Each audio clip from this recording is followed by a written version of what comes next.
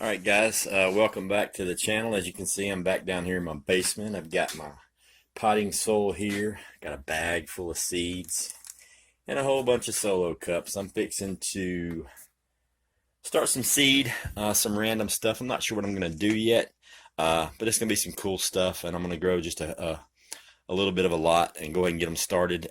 So once we do actually get warm here, I wanted to get this stuff planted last week or even the week before, but we've had a few cold spells pop through here. You can see my potatoes out there. We've had a few cold spells, and I think we're supposed to get another couple days where it gets down into the 30s here at night. So I'm going to hold off putting stuff outside, but I can go ahead and get them started here in the basement. And I will bring you along when I decide what I'm going to put in these here cups. Okay, guys, I have narrowed it down to what we're going to be planting. I'm going to be planting my favorite tomatoes on the planet, Cherokee Purples, beefsteaks, banana peppers, Big Zack tomatoes, okra, and crooked neck yellow squash. So I'm going to plant 2 of each. And the tomatoes obviously are my favorite. The Big Zack, that's like the world record holder. It's a massive. There's a guy that grew one that's I think 4 or 5 pounds. It's huge. It's the size of a cantaloupe.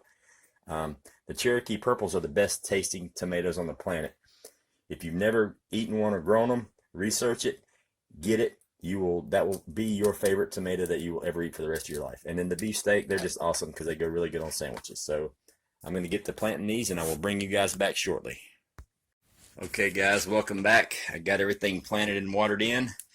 I've got 2 cups of Big Zacks, 2 of the Cherokee Purples, 2 of the beefsteaks, 2 of the banana peppers, 2 of the okra, 2 of the squash, and then I realized I didn't have any hot peppers, so I went back in and I pulled out some cayennes. I've got 2 cayenne peppers. And then there was a whole bunch of seeds that were loose in the bottom of the bag, so I've got volunteers. I'm pretty sure those are peppers of some sort, as well as that one. This one I have no clue. I'm thinking maybe it's a lettuce of some kind. It was itty bitty little black seeds. They were like barely bigger than dirt. They were teeny tiny. It could be celery maybe. I'm thinking maybe, yeah, I'm thinking it's a lettuce or something. I don't know. We'll figure it out when it grows. But everything's watered in. They'll be down here in the dark for a few days till the leaves pop. Once the leaves pop, they'll get the overhead light treatment. I'm actually going to go get a couple of actual physical grow lights for this incandescent light, but they'll grow just fine with these shop lights. Plus, they're going to get quite a bit of light from these windows here. So within 30 days at the longest, I'll have containers for these. Whether I build a raised bed or I just continue to use 5-gallon buckets and jugs, to where worst case scenario here in North Carolina, lots of times we get tornadoes and really heavy straight line winds when the thunderstorms come. So it may cost a little more just to get a bunch of 5-gallon buckets from Lowe's or Home Depot, but that's probably what I'm going to do, for the simple fact that if I've got a hailstorm coming or some crazy tornado, stuff like that, I can just pick those buckets up and carry them right inside here in the basement where they're safe, and then when the storm passes, bring them right back outside. That's kind of the direction I'm going in with my prepper garden. I think it needs to be mobile, simply because late at night, marauders or whatever you want to call them, if they find out you have a garden, or they may just stumble into your backyard accidentally and they see stuff growing, you may end up losing your crop. So worst case scenario, it's a lot of work, but when it's your food and you got to eat, if you got to bring your entire garden inside every night, you just got to do it. And if it's planted in the ground or in a big above ground, garden, with 2x4s or 2x10s or whatever you use to make a above ground bed, that's not mobile. If I plant all of these in 5-gallon buckets, number one, it's going to use less soil. And number 2, I can spend, in half an hour in the morning, half an hour at night, carrying them out, carrying them in. Obviously that's worst case scenario. My garden doesn't need to be massively huge because it's only a family of 3 here. So what you see right here, those 6 tomato plants. Oh, here's something else too, guys.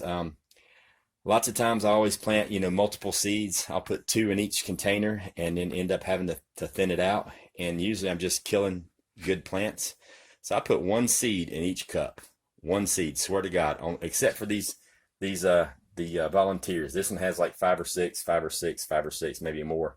I just picked up what seeds were on the table that fell out and threw them in there. So these three are the only cups that have multiple seeds in it. All these 14 cups, there's 14 seeds, 2 of each kind. And we're going to see how that goes. Hopefully it works. If not, if one big Zach pops and this one doesn't pop, a week later, then I'll replant it. But being a week off on the planting from one to the next is not that big of a deal come harvest time. Plus, like I said before, I'm going to go really hard this winter, and I don't plan on stopping growing. I plan on, let's see, a lot of people plant a huge, massive, big garden so they can put up a whole lot of veggies for the winter. I plan on growing shit 12 months out of the year. So I don't need to go massive. I just need to go productive. So if I can just have a mediocre, small-sized garden, with, say, 25, maybe 30 buckets at the most that I can bring in and out when I need to, but I can do it year-round, because I'll take all these shop lights here. I've got 4, 5, 6 of them.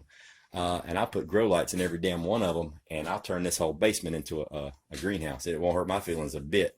And I plan on growing year round. That's going to be a good series to follow. We got spring here now, grow through the summer, and then come the fall. I mean, the only thing I'm really going to put outside in the fall, the only thing I'm going to add to this in the fall is obviously going to be my carrots, the lettuces, the collards, and some people may criticize me on the way I planted my potatoes this morning, but there's a reason I did it that way, is because I just wanted to see what happens. Because number one, the potatoes were getting old and I haven't found any seed potatoes yet. But number two, I'm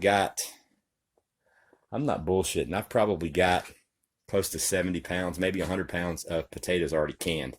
So if those don't grow at all, I'm not going to go without potatoes for a minimum of a year. Plus I've got the powdered kind, I've got the ones in the boxes, all that put up too, the flakes. But I've got at least 5 or 6 cases of canned potatoes already put up that are good for years.